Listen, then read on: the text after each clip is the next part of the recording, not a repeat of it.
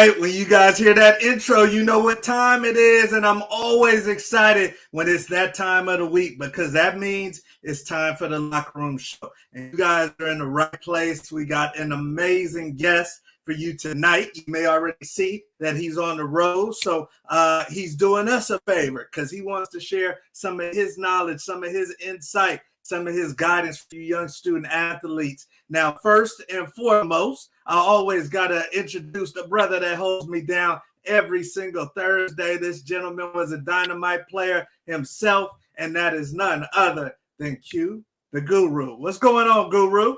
What's going on, Coach? What's going on? How you feeling this week, man? Hey, man, we getting closer, brother. We getting closer. Hey, it's almost that time. It's almost that time for kickoff, man. Camp about to start. Hopefully everybody going in, definitely our listeners, this young players is healthy. It's time to strap it up, man. It's that time, and we got a great guest on tonight, you guys, because this is somebody that's done it at a high level himself. And not only has he done it at a high level himself, but now he's gearing the next generation, you guys, to get to the bag, to make plays, and to make their dreams come true. So this is somebody that I heard about growing up in the Bay Area, came up a little bit under me, I think, but he was making big plays, you guys, and you couldn't underestimate the talent. Then he went on to play at Fresno State from the Bay Area and then had an amazing career in the CFL, the Canadian Football League, 11-year career, All-Star, Grey Cup champion. That's their Super Bowl. So this is somebody that has done it and has a lot to share with you guys tonight. So that is none other than the great Dante Marsh. What's going on with you, big dog? What's going on, T? When you graduate? Actually, you're a little you at Hannibal, huh? No, I'm 97. Okay, so same year. Okay, so you should have let me slide because you were younger than me. I was trying to give you some props, but same year, and we were doing our thing, man. And this guy was an amazing player. Excited to get into tonight's show, and thank you for giving us some time, man. I know you're on the road taking your baby girl to volleyball, so thank you. It's all good. It's all good. Always a pleasure. We've done it before. We'll continue to do it. When you call me and ask me, I'm gonna say yeah. I appreciate you, brother. I appreciate you. So I already see some of my favorites joining on. We got the Munoz family. We got my people from Denver. Victoria Jones, love you. And then I got to give a special shout out to my sister-in-law, Jessica. Happy birthday to you. Love you tremendously, sis. So let's get into it, you guys. We got an amazing show. And once again, we got a dog on the line right now. And just to give you a little bit of perspective, I actually found a clip. So let me get into that. Now from their 25. 80 seconds to go, first quarter. Lefevre, dangerous toss. Dante Marsh was right there, breaking it up. Greg Ellingson was the intended target. Well, Dante Marsh just never slows down. Playing on the island on that short side corner. Here you'll see his break to the football. Ellingson's the wide man into the boundary. Well, that's Dante Marsh's territory. He is all over that one. Great break on the ball. You guys, high level player right here. And then, like I said, he's teaching the next generation now. So let's get into it, Tay, because, you obviously had a career where you had to fight for yours. Nothing was given to you. I know you had to fight and scratch and claw for everything. And you ended up switching high schools, coming out, started at Berkeley, and then finished at McClimbens. But you still did your thing where you stayed on the right recruiting track. And you ended up at Fresno State. The great Zoe Carter was coaching up there at McClimbens. But I know you had distractions. These kids today, some that you coach, have a lot of distractions. Talk to me about how you stayed on track during those years. For me, it was more passion, right? I came from a two-parent household up until the age of 12. My mother and father separated, never got divorced, but they separated. And contrary to most of the relationships that dissolved, my mother and father were actually hella tight, best friends. They just weren't together in a relationship any longer. No disrespect, no bad blood, none of that. So, despite having a 2-parent home, let's just say I wasn't the model citizen my whole life. So growing up in Oakland, California, in the 80s and 90s, there was a lot of distractions. Um, we didn't do gangs in Northern California. That's more an LA thing. It's more like turfs, where you from, streets, blocks, neighborhoods. But just I try to explain to these young guys, like, if they've ever seen the movie Paid in Full, which is, by the way, one of my favorite movies, that was like real life going outside back then. So that's what you saw. Um, I just knew that wasn't gonna be any longevity in that, because I'm 44 years old, so coming up in that era, them boys on the block, you want to be like them, and I bread. just knew, it wasn't no pension plan. My daddy used to always say, man, say young blood, ain't no pension plan in the street. So sports kept me from going all the way to the dark side. Let me say that. Gotcha. And did you find it hard to stay on track academically with what you needed to do on the field, or was somebody guiding you, or did that just naturally come to you? No, we didn't have none of that. I didn't even know what the SAT was until my junior year in high school. Like, you got to remember, we came up, it was my first year of high school was 1993. So, I was still a baby. Like, there was, like, back when I got in high school, it looked like everybody was adults, like people with beards. Like, going to high school in 93 was not like 2023. It was like going from middle school to Berkeley High was like, you got over 3,000 students. It was like going to college from 8th grade. It was very overwhelming initially. The only thing I can say is shout out to my big brother Hannibal Navies, who's 2 years older than me.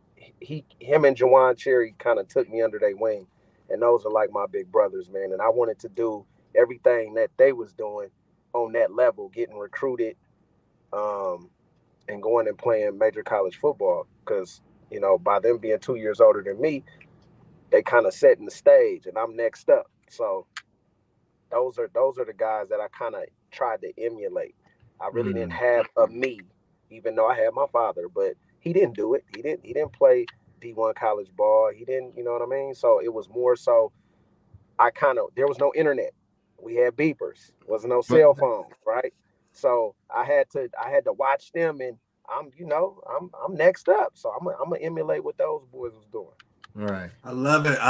And that's a perfect example for you young ones out there. If it's not right at your high school, you better find somebody that's doing what you want to do, so you can just go on and check out the blueprint. So that's a good one, and shouts out the bull on that one. On to our next topic, and this one is fresh off the press. This is my alma mater, and it seems like every day it's a new school jumping ship and saying bye to their old conference. But the Buffs said they want to get back with their old sweetheart, the Big 12, and that's got some people feeling a certain way. And now the Pac-12's getting trolled, like you see here with Ohio State and in the Oregon Duck, and it's just major drama going on with the Pac-12. I know they're rushing to make sure Oregon, Washington, and Utah don't leave. So, Guru, I'll start with you, man, because we're Big 12 natives. We played in the Big 12. Is this a good thing, you think, in particular for the Colorado Buffaloes? But then also, is this the end of the Pac-12 a little bit? I mean, you like to say it's not the end of the Pac-12, but it's one of those things where, you got USC leaving, Oregon is obviously a great program, but overall, I mean, the conference is really in trouble. Looking at, y'all probably should have never have left in the first place, in my opinion. Mizzou should have never left. Nebraska should have never left. the Big 12 was the best at the time, especially that we were in school. That probably was the best conference in the country. That was the roughhouse. That was the best conference. The Big 10 had its teams. SEC had its teams, but at that particular time, late 90s through early 2000, like it was the Big 12 was it. So I think it's good that you all are coming back. It'll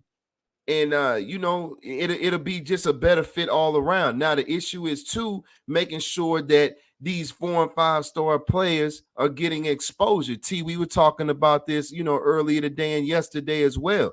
These kids want to make sure that where they're going, they want to be seen, and sometimes that might be an issue, as I was explaining to you, T, a couple of days ago, is the fact that, hey, when you're sometimes on the West Coast and by the time you at halftime, it's 8-9 o'clock at night, so you might not get that same exposure.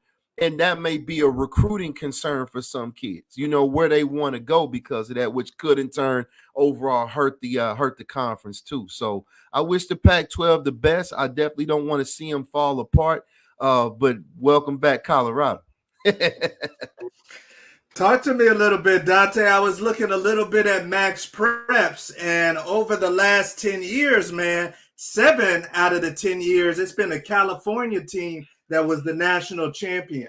And I don't understand how the Pac-12 can have such a rich recruiting base and everybody leaves and their whole conference destructs. So do you start to think that the Pac-12 is going to be done, or do you think that they can rebuild this thing? They should have never turned it into the Pac-12. It should have stayed Pac-10. The Big 12, because I wanted to go to Colorado. Neuheisel came to Berkeley High before I transferred to Mac to our banquet. He took Jawan. He stayed there. He took Mark, So I'm gonna say this: the Big 12 in the mid to late 90s was the cream of the crop. Nebraska was doing numbers. Colorado was definitely doing numbers. K-State. K-State. See, a lot of people don't know football. See, K-State did well because they went after heavy junior college guys that could come in and play right there. Yep. They are one of the only programs in the country that will swear, live and die. Michael Bishop was up for the Heisman. Yeah, like you're gonna go get guys to play now. I wanted to go to Arizona State so bad. They had just came off the Rose Bowl, and the Pac-10 for a California kid, Terry Battle, all those guys. Like for a California kid, you want to go to the Pac-10 seat or Pac-12 now. The problem is this: USC, no matter what their record is, they're always going to be USC. They could be 5-5, 4-6. It don't matter. That USC. I don't care what part of California you from. We're from the Bay Area. It's something about being a Troy, dog. I'm gonna go ahead and just admit it. So by USC and UCLA leaving the conference, that really does hurt them, right? Mm-hmm. However, my good old Bulldogs should have been invited to the party. I agree. People don't understand, man. USC was dodging us when I was in college from 97 to 2000. They didn't want to play because the last time Fresno had played USC was the Freedom Bowl when Trent Dilfer and them boys beat them. And then, it was a close game. I could think, 4 years after I was gone when they played Reggie Bush and them, and it was a shootout. You know what I'm saying? So yeah, Fresno should have been one of the invitees. Here's my problem with college football right now. First of all, we need reparations. Because we ain't getting nothing NIL stuff. Right. But no, serious note, the problem is you have, it's so much of a business now, right? And these schools are running for this back. I get it, but then the continuity. I feel like Colorado being in the Pac-12 wasn't all the way bad because it's still kind of West Coast-ish. Just like TCU was 2 hours away. Yeah. So like TCU, when I first got to school in 97, it was 16 teams. It wasn't no Mountain West yet. It was the WAC. We had SMU, TCU. Yeah, that was a strong conference. A lot of teams. It was. So geographically, USC and UCLA going to the that don't make no sense. It doesn't to me. So I think here's the caveat. If SC and UCLA are the only two schools that are gonna leave, I think San Diego State and Fresno State need to come in. But if Oregon and Washington leave, it's a wrap. Yeah, you can cancel Because Christmas. I just don't think Cal isn't what Cal was when Teddy was there. A Fresno State guy, by the way. Cal and Stanford and Washington State, and I just don't see those schools maintaining it. You cannot have any more. You can't maintain the top prospects. Nah, Oregon's the last staple. I can agree with that. Right. Now Utah done came in there and did its thing. So if Oregon and UW leave, it's over with.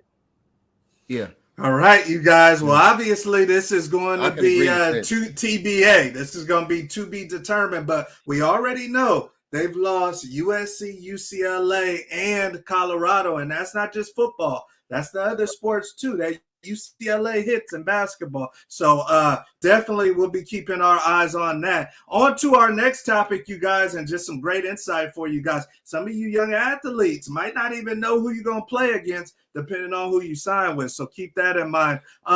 This topic is a great one, I believe, because so much opportunity, you guys, so much opportunity in football. And sometimes we say no to things and we don't even know what we're saying no to. And the gentleman that we have on tonight has made a living, has met new people and built relationships, and has had a crazy amount of great experiences in Canada, heading up north. So I wanted to ask you, Dante, because you know, before you go pro, we're working with athletes. Some of them are wondering, Coach Wood, should I go up north? Should I hang it up? You know, what was it about Canada that made you say, yes, this is from me? And then what was the hard adjustments on or off the field that you had to make? So I was told I was going to get drafted 4th round on. I watched the 2 days of that thing, nothing happened. As soon as the NFL draft was over, my phone started ringing. So I had Washington, Tennessee, Denver, and Pittsburgh. Tennessee was the best situation for me, right? So I went as an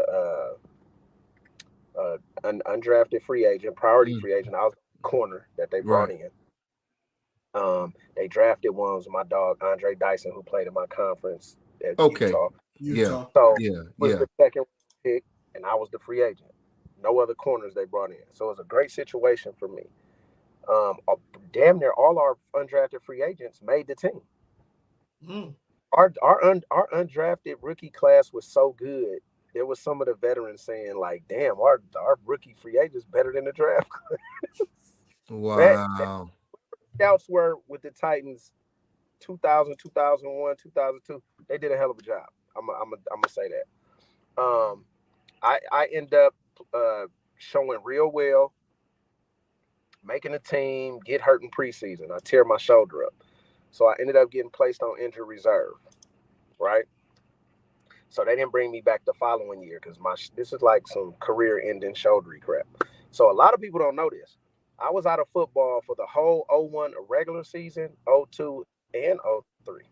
So I was basically 3 seasons no playing. Wow. After injury reserve. Then I got my stuff back together, started training. Shout out to Teaspoon and Kenny Harris and Pepper Sports. Getting my stuff back together. I'm 24. I'm a young married, but my son is a baby. And I'm just kind of like, man, what's going on? I was right there. Everything was right there, and I got hurt. So long story short, got in the best shape of my life. Flew to Buffalo, worked out for the Bills, then had a personal workout with the Niners. The Niners was gonna bring me to camp, but they would have had to delete somebody off their OTA roster, whatever. So I was kind of like, y'all know the drill, on standby. So one of my high school homeboys kind of, had some plug with some of the scouts and stuff in Canada. He's like, hey, man, come on, I'm coming to get you. We're going to San Francisco. This was at the time, of the East-West Shrine. When they moved it to Stanford, they moved it to Pac Bell Park before they moved it out of state. Yep. Okay. So he comes scoop me up. we jump over the bridge. We pull up Bobo. We meet with Bobo Bilovich, who's a long-time, well-respected GM, scout, former head coach up there. We have dinner. I give them my highlight film, consisted of Fresno State, NFL, Tennessee Titan preseason stuff, yada, yada, yada. Have a good conversation. About a month later, I get a contract FedEx to me. It sat on my table for like a month. I ain't going to know.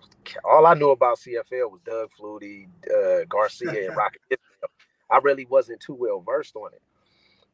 Fast forward, all I had to do was work out. Now, if I'd have ran a slow 40 and not worked out well, they'd tore the contract up. That's how they go. So, end up doing well. Got food poisoning the night before. I can't believe that's a crazy story. But anyway, ran a 4.38 for them. They have like 200-300 guys there.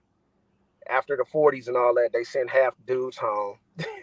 So then I do well. They keep me. I do one-on-ones, first rep, pick, second one, pass, breakup. The rest is history. I go to camp. They cut the veteran guy after the first preseason game, and I was the guy. So after my second year, my first year, we actually go to the Grey Cup. We lose to Damon Allen, who's quarterback in Toronto. That's Marcus Allen's younger brother. They don't never age. Like, dudes is like Benjamin Button. Anyway, that's my OG DA with us. Anyway, my second year, we lose in the Western Final, the game before the Grey Cup. So the Kansas City Chiefs scout is up there.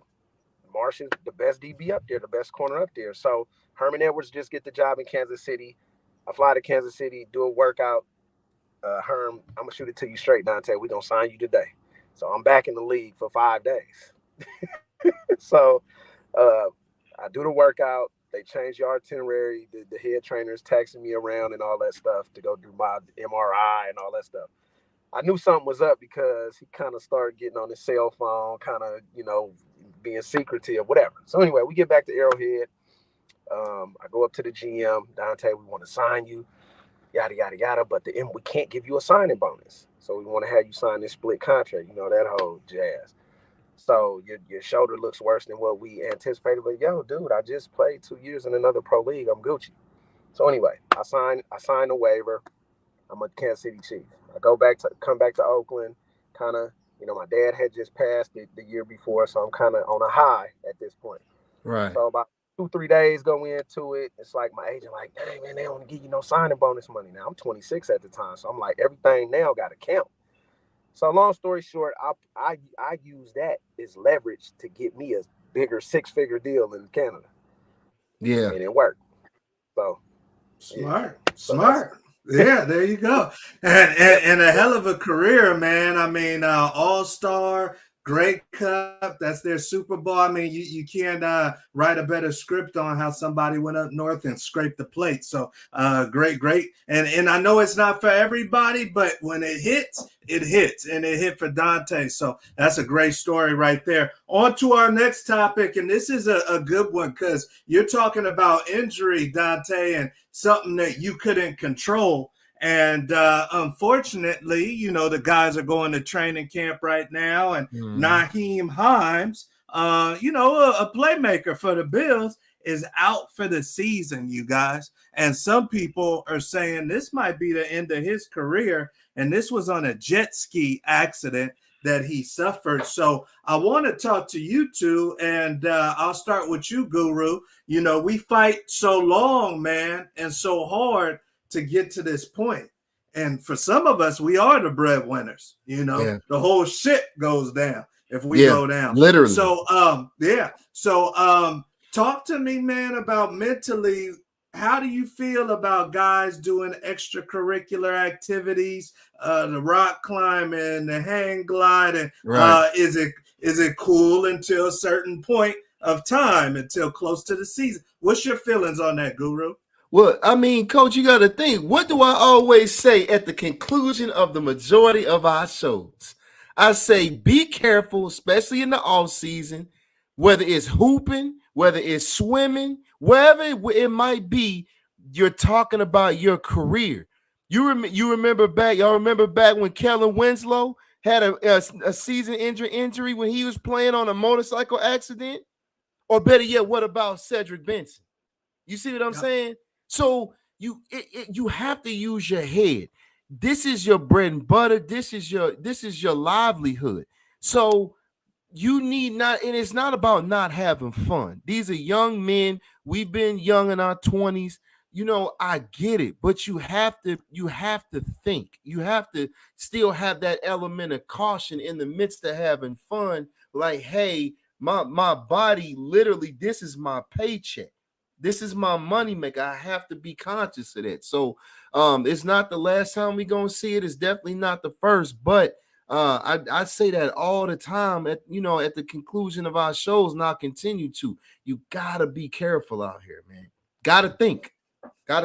Talk to me, Dante. I mean, you're a father. Let's say that your son is Naheem Hines. You see him on the jet ski in Cancun. Are you saying something to your son, or are you letting him have some fun? And I am calling him and cussing him the hell out. No. In all seriousness, here's the deal. I had to stop playing basketball when I lived in Atlanta for 7 years. So in the off season, we would be deep out in Atlanta. You got NFL, CFL. A lot of us CFL guys got credited seasons in the NFL. So we it's a big fraternity, right? So long story short, I had to stop playing basketball at LA Fitness because you got some dudes in there. These dudes ain't getting paid six figures to go perform no sport. I am, but I'm so competitive for me. I don't know how to just kind of play. When I play and I compete in anything, we hooping. And I wasn't no hack. I was a point guard. You know what I'm saying? So I'm a corner. I could cover. So I got I'm nimble. I'm defense, explosive, can jump. So when we play, we play. And once I seen some of them dudes in there that come in there and hoop and they catch getting low bridge, then I start thinking, hey, dog, I'm going to go get on this treadmill. We're going to do some speed work, lift weights. I'm going to get in the pool. I ain't do no more basketball. It's not worth it. And here's the deal. Them people are not going to pay you your money. Real quick story. 2009 or 10, I go to camp. I work out so hard. I never needed training camp, to be honest with you. Like I'm ready to play. Season to go. Because the way I worked in the off season. So I'm like primed, ready to go. I pull my hamstring, I tear it. Like I tear my hamstring to this day. Damn. I still got it like a divot in my hamstring. That's how bad it was. So when I re-signed, when I got out of the Kansas City deal and re-signed back in BC, I got rid of my agents. I didn't need an agent no more because I know my worth. I could just negotiate my own deals up in Canada, which I did. So I don't know why this one particular time I did a 1-year deal and I got put in the language, okay, you dress and play one play of the opening game. That's like a no-brainer, $10,000 to do that. Like, that's easy, 10 G's. I just put on the uniform and play one. Dude, I tore my hamstring in training camp. So I had to do all this crazy stuff, blood spinning with the doc. I had a homeopathic dude. I'm getting all these deep tissue massages. I'm getting acupuncture. Like, dude, I go in there a week before the first game because I didn't think I was gonna be able to play, right? And I asked the assistant general manager, like, so y'all gonna give me that money, right? So he get up and he go to the file cabinet and he going through all and he pull out my folder with my contract. Wow. Yeah, he said, so you're playing the first play of the game, right? I was like, oh wow, that's how y'all gonna get down. So to I know I went off on a tangent, but to answer your question, hell no, don't do nothing. Wait till you secure the bag. You got the rest of your life to get on jet skis. Yeah. This is what your body is. You are your own CEO. Your body is the most important thing for you for this window of time. Because what a lot of people don't understand, you're going to be a civilian far longer in life than you're going to be an athlete. I mean, we're never going to not be an athlete, but getting paid. So let me ask you this though, man, and I don't want to keep you too long, but this is good topic right here for some kids to hear. When's the cutoff? Is it I can jet ski till I'm 4 or 5 star recruit? Is it I could jet ski till I got a big NIL deal? Is it I could jet ski till I'm first round? When's the cutoff? There is no cutoff. that's up to the individual to have the ability to have some type of discernment. What should I do and what shouldn't I do? Right. For me, an inner city dude that escaped all of that to get to where I was, I probably play. But I'm gonna say like this: Jeff Fisher was telling us in 2001, nobody better be on a motorcycle. Right? That's just what it is. Certain teams have that language in contracts, like you alluded to earlier, right? So we already knew you shouldn't. Nobody should be on a motorcycle or a jet ski when it's close to your season. That's just me. If you're gonna be on a jet ski, it needs to be. Y'all know how we get down on the jet ski because I done fell in the lake on the jet ski. Yeah. Doing too. So at the end of the day, if you're gonna do it, be very responsible. Yeah. Freak accidents can happen. I just wouldn't chance it. I wouldn't be out there just doing the fool. Like, my body is not what gets me paid. Let me say that. Really no cutoff. It's, you know what? I make millions with this. I can't get hurt. I can't break a leg. I can't. Literally, yeah. I would be thinking like that. Now, things that I wouldn't do for show. I wouldn't be holding M1000s in my hand. I wouldn't be on a motorcycle. I wouldn't be playing pickup basketball games, even if it's for cardio. I wouldn't do it. I'll just train and do my thing that I do until you get what I'm saying. Now, I know I heard this before too. There was a lot of cats that hit that big money on these contracts and was like, "Hey, I got something they can't get back." So I think to answer your question, T, when you get that guaranteed money, that signing bonus, you do what the hell you want to do at that point. Right. But until then, and look, I put it like this: anything that even remotely resembles X Games activity, refrain from. You know, absolutely. Now unless Red Bull or Mountain Dew is cutting you a check to do something like that. Now we're talking. Better be more. That better be more than that signing bonus. If you want to jump out of a plane and Red Bull cuts you a check, I understand. You know what I'm saying? No, good commentary right there, you guys. And some of you young kids are living this. You know, it's senior year. You got a lot riding on this season. You better watch what you out there doing. So we are on to our next topic, you guys. And this one is a good one. Sometimes you don't really think about the subliminal topics that might be in something. But there's a few big time programs, you guys, and you guys play major D1 football that are still looking to figure out their quarterback situation. Ohio State being one of them, a couple Big Ten schools. James Franklin and the Penn State Nittany Lions being another one.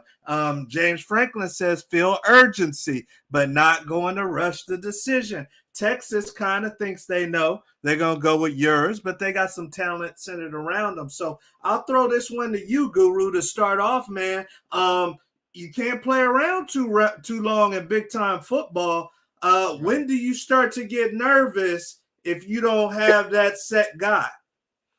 I mean, I wouldn't say so much nervous, coach, but I mean, that's what camp is for. That's what the battles are for. That's exactly just like my man said. You're going to see who's prepared, who's going to make the least amount of mistakes, and who's going to make, the throws that they're supposed to make, and who's going to make the throws that just wow you too.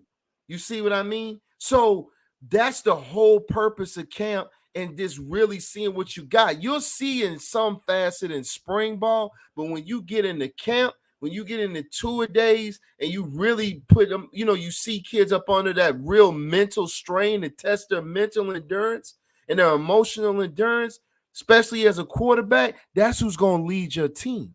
Even though you're the head coach, that trigger man is going to lead your team.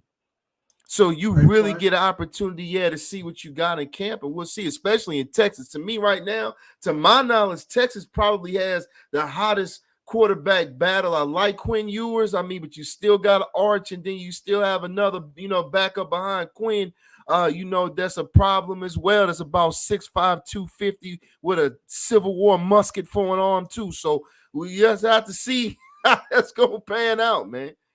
No, I love it right there. Dante, talk to me, man. You're a Grey Cup champion. Obviously, you got to have a decent quarterback to do that. When does the defense start to get a little nervous that we ain't got our general? Well, I had the luxury. I was part of Pat Hill's first recruiting class at Fresno State. And in my recruiting class, there was a guy by the name of David Carr, who was the first overall pick, Derek's older brother. We called him Super Dave. I had the luxury of playing with Billy Volick for 2 years, who was my teammate with the who had a pretty good career backing up and starting. And then, obviously, David, first overall pick to the Texans. I mean, we knew as 18-year-old kids, like, dude, this dude is special. When he get his shot, he number. So I think now that I've been coaching 8 years, dude, if you don't got a quarterback, you in trouble. You can't really, because I think defense has come come a long way, dog. Like, I was a running back my whole life in high school. I just played corner as my, back in the day, if you one of the best players on the team, you're playing both ways. Yeah, for sure. My main position was running back and return, kickoff and punt return. I played defense because I was a good player. So I think when we was in high school, nobody really was like, oh, I want to play DB like that. Everybody want to have that ball in there, right? Yeah. Now it's a little different. You got young guys, because you got guys like myself who actually train and develop athletes. There weren't guys like me, didn't exist back in the 90s, really. Right. So I think defense has come such a long way that you got to have somebody. You can't hide them no more. You can't, because it nobody's under center no more. Everybody's in shotgun 3 and 4 wides. It's a passing league, so you can't just. You don't have that horse running back. Yeah, exactly. You can't turn around 3 yards cloud of dust your way to a victory. It's not happening. You got to have somebody pretty capable back there that not only could throw hitches and outs, but he got to be able to make them throws. And I never was a big fan on. I just don't think in today's game the option style quarterback is going to be able to win you the games that you. He has to be able to drop back and throw that ball, man. Yeah. No, that's a great point right there. And, it's a quarterback game at all levels, just like both of these gentlemen are alluding to. And we're going to see. We're going to see, because the one thing about the Blue Bloods is they stay recruiting the top quarterback. So we're going to see what happens with those schools. Sure. We are on to our next topic, you guys, and I've been waiting for this one because I think we got a very good list for our guests tonight. But this is the lightning round. The lightning round, you guys. And this is our opportunity to put our guest through a little bit of a gauntlet. I know that he's on the road, he's doing his daddy duties, and he's taking his baby girl to volleyball, so she may be looking at him during this blitz because we got some questions to ask him, and we're going to find out what's in Dante's head because he's got to tell us the truth. We don't want nothing false. We want the truth, and he's got 60 seconds to do it, y'all. So if you're joining us for the first round or for the first time, we got the lightning round, and we don't just do the fun. We actually have a little wager on it. So the number is 15, Tay. The number's 15. If you can get 15 or more, the next time I see you is dinner on me. If you can get 15 or more. So you get one for tech delay because I know you're on the road. So 14 push in the mix too. And this is the lightning round. Now, like he said, he ran 4.3. So this gentleman is used to going fast. We about to see how fast he goes with these questions though. So you ready, big dog? Hey man, I'm gonna do my best. All right. He's gonna do his best. I got him at zeros, so you guys know I ain't cheating him like Michael Bishop thought I was cheating him, and we watching out for Mike Bishop. But I ain't cheating nobody. And first thing that comes to your mind, brother. First thing that comes to your mind. So, all right. Here we go. Here we go. The lightning round. Question number 1. First thing that comes to your mind. McClymonds High School, go. McClymonds High School, Bill Russell, MC Hammer. My coaches, Alonzo, Carter, and Pooh. Best wide receiver you ever played against? Ooh, trained with and played against Chad Johnson, Marvin Harrison. Ooh, Ocho or Marvin Harrison. Stop right there. Stop right there. We gotta keep it fast. Mustang or Corvette? Corvette, Chevy boys. Jeff Bedford. Great dude. Great offensive mind. Developed good quarterbacks. Popeyes or Raising Cane's? Popeye. Taraji P. Henson or Gabrielle Union? Taraji, easy. Patrick Willis. Baller. Should Hall of Famer. Easy. Favorite salad dressing? 54 seconds. $1,000. Jalen Ramsey or Darius Slay? Darius Slay. Time. So you got a little elaborate there in the beginning, which hurt you, but we got some good ones there that we're gonna revisit. So we got one with the McClines, we got best wide receiver 2, we got Corvette with the 3, Jeff Tedworth with the 4, we got the Popeyes with the 5, Taraji with the 6, Patrick Willis with the 7, favorite salad dressing with the 8, and then Darius Slay with the 9, and then of course the 10 for the tech delay. So good job right there, man, hustling. And he went hard. He wanted to make sure he got everybody from the high school in there. So set you a little bit back. But let's revisit a couple of these. So obviously, plenty of greats coming out of McClymont High School. He mentioned the Pooh and the Coach Carter and everybody there. He said Chad Johnson, huh? He was pretty legit. Ocho was nice. So when we me and my homeboy Jeremiah Farnes and Marcus Williams, we had the same agent. We was down in LA training before the draft. And we were working out with this DB guru guy. I forget his name. He's like very well known out in LA. We were working with him with footwork and stuff. So we ended up training with Chad, TJ Hushmanzada, and another guy that played Arena that ended up playing with the Bengals with them. He was a slot receiver. Okay. So yeah, I got to see that up close and personal. Okay. There you go. Yeah, Chad was some of the sweet feet. He's going. Jeff Tedford is obviously a legend in football, still coaching. He's going with the Muscle Car, the Corvette, and then he said the Popeyes. You're all over the Raising Cane. Some of the young bucks might be on you a little bit, coach, with that one. And then of course the Taraji, and he's going with the Thousand Islands. So and then the Darius Slay over Jalen. Some people might be questioning that. Okay, so let's talk about it real quick. Let's talk. Okay. I'm just gonna say this. These young people, I give my DBs, I coach junior college football, I give my DBs homework. I'm like, when I studied, I was born in 79, but I do know who Mel Blount is. And his career was probably pretty much over by the time I was born. But I know who that is. Yeah. I got a chance to coach with Darrell Green, Rod Woodson, Cardinal Lake, coaching the NFLPA College All-Star game for 3 years. But those guys I looked up to, I studied. Yeah. You get what I'm saying? Lester Hayes too. You got to know your history. Yeah. These kids, you ask them who the best DB, they just throw out names. I'm not knocking Jalen, but he is not in the same conversation with Charles Woodson, Champ. Yeah. Aeneas Williams, Darrell Green, Rod Woodson, Deion Sanders, Terrell Buckley. Oh, Antoine Winfield. There's a lot of it's a lot. Ray Buchanan. Big play Ray. A young Chris McAllister. A young Chris. Oh, yeah. He's a Baltimore. I can go a long way. There's a lot of dudes. So a young Pat Surtain and Sam Madison, that duo. Let's talk about Dale Carter in Kansas City and stuff. Lewis. Yeah. Come on, man. It's nothing. It's these young guys don't understand. So to me right now, Darius Slay, I'm a huge fan of Marshawn Lattimore and Denzel Ward. Those are my guys. Okay.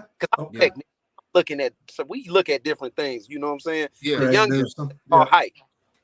Now, you want to learn how to play corner and be a technician, Denzel Ward. Once again, they all went to Ohio State. Yeah. Ohio State is the original DBU in our area. It is. Well, and also might be wide receiver you right now too. Well, it was always wide receiver you. You talking about going all the way back to Joey Galloway and them. You know what I'm saying? And Terry Glenn and them. Terry Glenn, man, it's a long. It's a long Rambo, man. long line. It's Chris Carter. It's a Yeah. long list. Yeah. So my point is technician. So I don't think, to me personally, I don't think Jalen Ramsey is a top 5. He might be 8, 9, 10. Yeah. I like Sauce. I think Sauce the best corner in the league.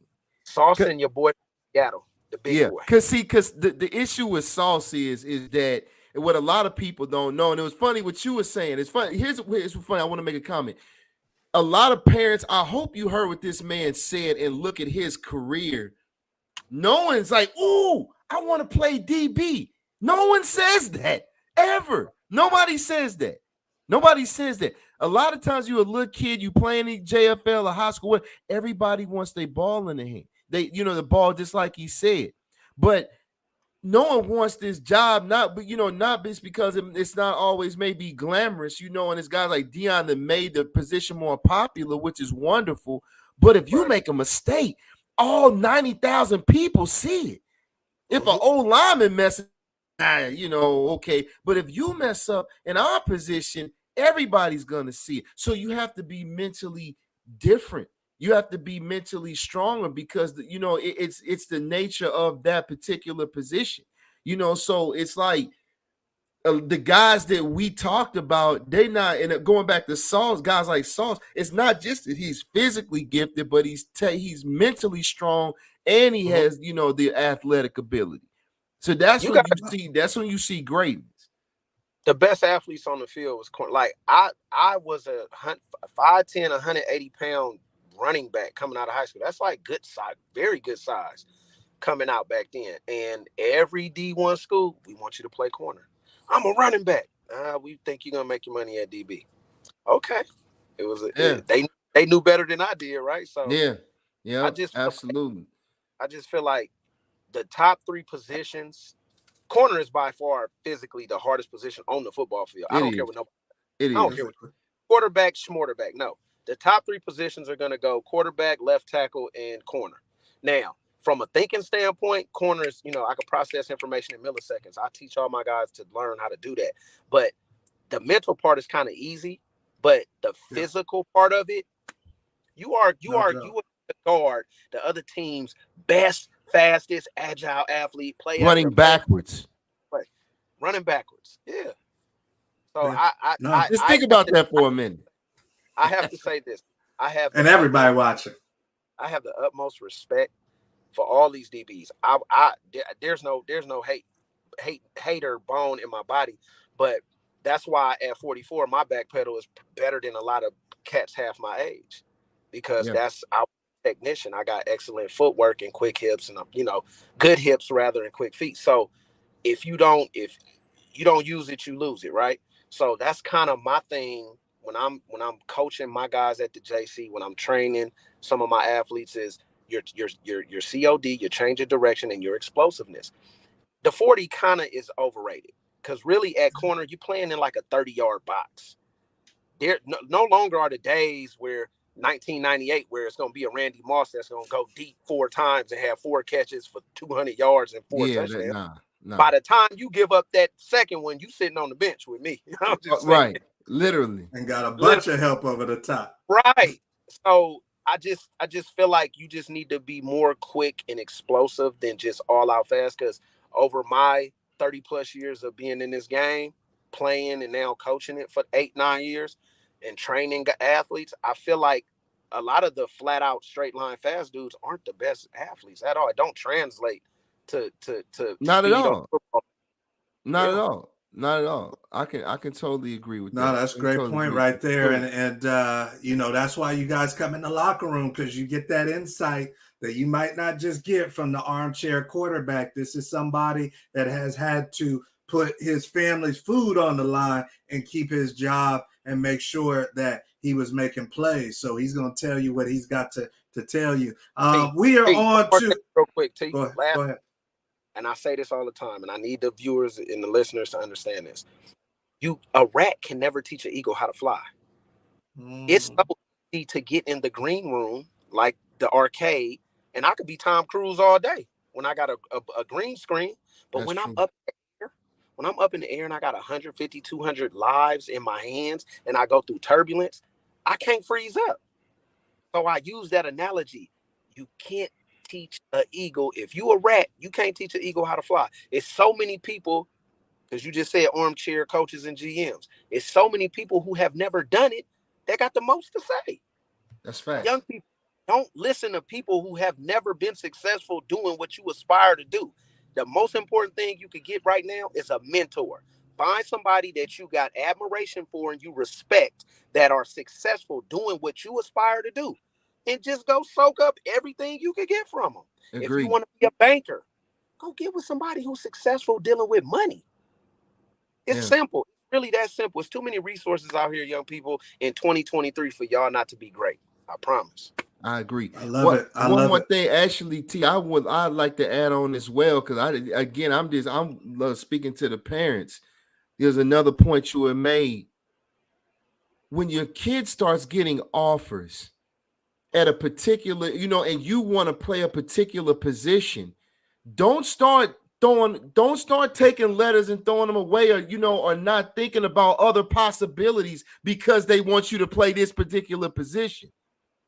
Okay, even if you want to switch back or whatever the case may be, you're talking about scholarship offers. So don't be like, well, I'm a quarterback. Don't shoot yourself in the foot. Right, but don't shoot yourself in the foot exactly and turn away schools because they want you to play another position, because your career might end up like this man who didn't want to take the ball out of his hands, but look where he ended up because he was flexible. Yeah. Great point. Yeah. And we are on to our last topic. I mean, this is some great content. I know you student athletes, whether you're watching recorded, whether you're watching live, this is some of the best insight, like I said, that you guys can get from somebody that really knows what they're talking about. So we appreciate Dante, and we're going to let him get back to his family time. We're on to our audience question. This is the last portion of the show. Once again, if you haven't subscribed, please subscribe to the Locker Room Show. This is the game. This is the game right here that we didn't get when we were your age. So, Q, I know that you had something that you were thinking of for Dante that you want to add. Definitely. Guru always got some questions. So, when I was listening to you, you were giving us our overview of, your backstory of, your career. My question would be, in a lot of it's football. We're going to endure injuries, but that was a big window when you were injured. 3 years. Within those 3 years, 99% of dudes would have hung it up. Oh, hey. Just because they were that's a lot of rust to knock off. Your mama, everybody telling you, hang it right. up. So, go ahead. I'm sorry. My mama, rest in peace, man. My mama, this is when I knew I was a little different. My mama told me, she was like, well, baby, I mean, at least you made it. What? Nah. Yeah. So I didn't necessarily have a lot of rust. The main thing for me was that I tore my bicep tendon, my rotator cuff. I had nerve damage. That's why it was like everybody was scared to like pull the trigger on Yeah. They didn't want that issue. So it took me really that first year out when Tennessee didn't bring me back. After that season I was on IR, it took me pretty much that year to really get back my shoulder together, and I had a lot of atrophy and the nerves wasn't firing. So once that started around, once that started coming around, I started being able to get back my strength. Right. Then, like after that, I was like training. I'm training with Charles Woodson, old school Kevin Barlow used to play running back for the Niners. Lamont that's from El Cerrito, that went to Washington State, who had the interception. Lamont Thompson. Lamont Thompson, Hawk. He had the interception record for a long time. We training in there, like it was so many pro athletes. Marcus Trufant was coming out of. I remember Marcus. Washington. It was the trainers that I had were hella good, and I'm tight to the Thomas Witherspoon and Kenny Harrison to this day. And I kind of pattern the way I coach and train after them with the mentoring aspect. I'm always talking to my athletes, right? And they got me on that hype, like, dude, you got to believe in yourself to get back. So once I got back, it was I was off and running at that point, and it was just like, no matter what, I'm gonna play this game. The ligaments and muscles around it are just gonna work. I had a doctor tell me, Dante, how are you playing football? Because he's looking at my MRI like, your shoulder is all jacked up. How are you? I said, I don't know. I'm getting it, because it was something so hard. It was something. The fire was so high and hot inside me. Like, I can do this, man. I can play professional football at the highest level. Can't nobody stop it. Yeah. So it was that. And what I would say to a lot of young people, to kind of piggyback on what you were saying earlier, don't put yourself in a box. Yeah. I could have, I'm a running back. I had offers at other schools to play running back. But then I looked at the situation. I was always a guy looking at the situation. That's why I chose over some of the other places that was offering more signing bonus as a priority free agent. Yeah. So it was fitting. I'm looking at, okay, they drafted one. I'm the only one they're bringing in. Who's under contract currently on that roster? I was doing that work. Right. So to piggyback on what you said, don't turn your nose up. Don't be a one-trick pony. Be flexible. The more things you can do, the more valuable you are in regards to the sports world and your specific sport. Be everything. That's all I can say. Because as soon as you start turning up your nose, man, boy, it's all bad. Yeah. And we've seen that. We've seen kids that have done that. And we talked about that. And we've seen kids do that and miss an opportunity and try to double back to that university that wanted them real bad, and the scholarship's gone. It's gone just like that, because it's always the next up. So you players need to understand that, regardless of how good you are. Your players need to understand that, and more importantly, your parents need to understand that as well, because it's just like this.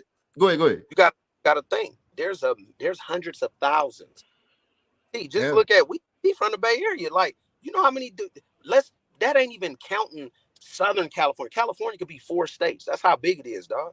It took me 6 hours to drive from the Bay Area to Southern California today. Yeah. That's just going from there to LA. So my whole point, we have hundreds of thousands of young people, even millions, all lobbying and vying and competing for one of 85 scholarships at a Division I college university. So what are we talking about? You can't. And now with the transfer portal, dude, if Backyard Boogie Oogie State is offering you a full ride, you better rock out. You want to rock out, bro. You know what I'm saying? Everybody, on a serious note, everybody is not going to be Michigan. Everybody's not going to be Alabama. Everybody's not going to be Fresno. I mean, I was blessed and fortunate to get multiple Division I offers. I chose a Group of 5 school that, for me, shout out to my DB coach who's still there, who was the 17th, I think, overall pick out of Fresno in 90-91. He played with Marquez Pope at Fresno State. J.D. Williams played in Super Bowl. He was my DB coach at Fresno State guy. So I think I got developed very well by going to Fresno State and playing in a pass-happy conference. The WAC was 16 teams deep, throwing the ball all over the place. Hey, I'm going to college to play DB. I'm going to go there. Smart. I love it. Jimmy over here talk about great discussion, Q Facts. Little Jimmy is taking all offers. Oh, I'm telling you. He don't care if it's Tijuana Tech. He said they taking a trip. Watch out for the donkey show.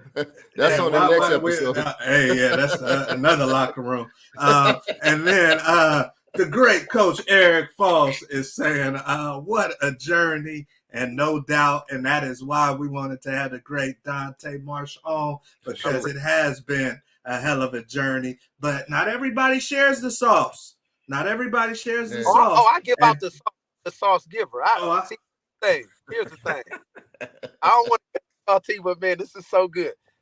In all honesty, I am so humble. I'm such a down-to-earth person. I'm from Oakland, California, y'all. You feel me? That Bay Area, that ism. You know what I'm talking about? So I'm going to give it, because I come up in the era where I had the Oakland Parks and Rec, and I had those OGs tell me, get your butt in that gym. Get from out here. I want to bring all that back, man, because it's a community and a village of positive imagery by older men. Us, we the OGs now. We got to get these youngsters back on that path to listen so we can help guide them. We had that. It's just, I got a 21-year-old son, my daughter 14. The disconnect is crazy. And I just really want to bless these youngsters with everything I have, man, because the resources they have versus what we had is immense right now. Yeah. But they have our work ethic with these resources. No young person can be stopped. I'm telling you. Yeah. Stop being lazy. Go outside till the street lights come on again. Stay outside. Stay off your phone, off video games. Work Go your craft. outside and play. Yeah. When they say outside, kids, we was really outside. Go outside. Go outside. I love it. Yeah. I love it, man. Well, hey, that is why we wanted to have the great Dante Marsh on, you guys. He took time from his drive, literally pulled over to bless y'all tonight, to give some love, to pour a little of that bay sauce on you, and make sure that you gamed up, because the season is right around the corner. And for some of you guys, this is it. This is it. So we thank you, brother. And as always, man, many more blessings, safe travels, and keep doing your thing. I appreciate you, T. Nice meeting you, Guru. But T, we got up again, brother. We got. I'm coming to the game. I'm coming to the game. Talk about some other things. I'm right with you. All right, drive safe, man.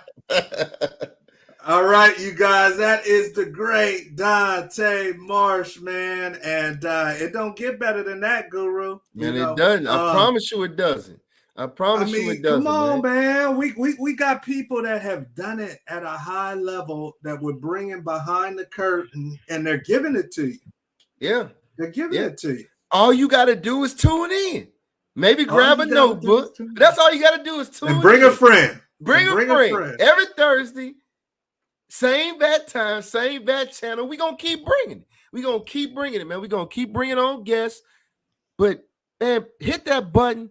Follow the show. And I promise you, you will learn something by the time the end of the show that you did not know when the show's kicking off. I promise you. We guarantee that every single week. Every week we come with it, and it's all for you guys. The great Jimmy Rucker says, great show. We appreciate you, Jimmy. Been with us since episode 1, I believe. And we growing this thing together, you guys. The football season is right around the corner. This community is building, and we're going to take it all the way to the top. So we appreciate you guys. Like we said, make sure that you hit that button and subscribe. Next time, bring a friend. Also hit that thumbs up button, because that lets the algorithms know that there's something here. And we got something here. A matter of fact, we're doing some willing and dealing behind the scenes, Q. But we might have a very special running back. Maybe even a potential Hall of Fame running back coming on in the locker room show. We soon, got brother. a yellow jacket. So we working on some things, y'all. The season's coming up, and just like y'all working, we working too. So hopefully you guys got a lot out of tonight's show. Q, anything for the good people before we get out of here? Same thing. It's time to strap it up. Let's put this mouthpiece in. It's about to be kickoff. It's about to be kickoff. And we about to have a hell of a season. Them boys in training camp already. So, hey, the pros are in training camp. Colleges, I think, later on this week. And then high school is hitting off. So, it's time. I hope you guys are ready. And we will definitely be back next Thursday with some more sauce for you. We'll see you at the top. Have a good one.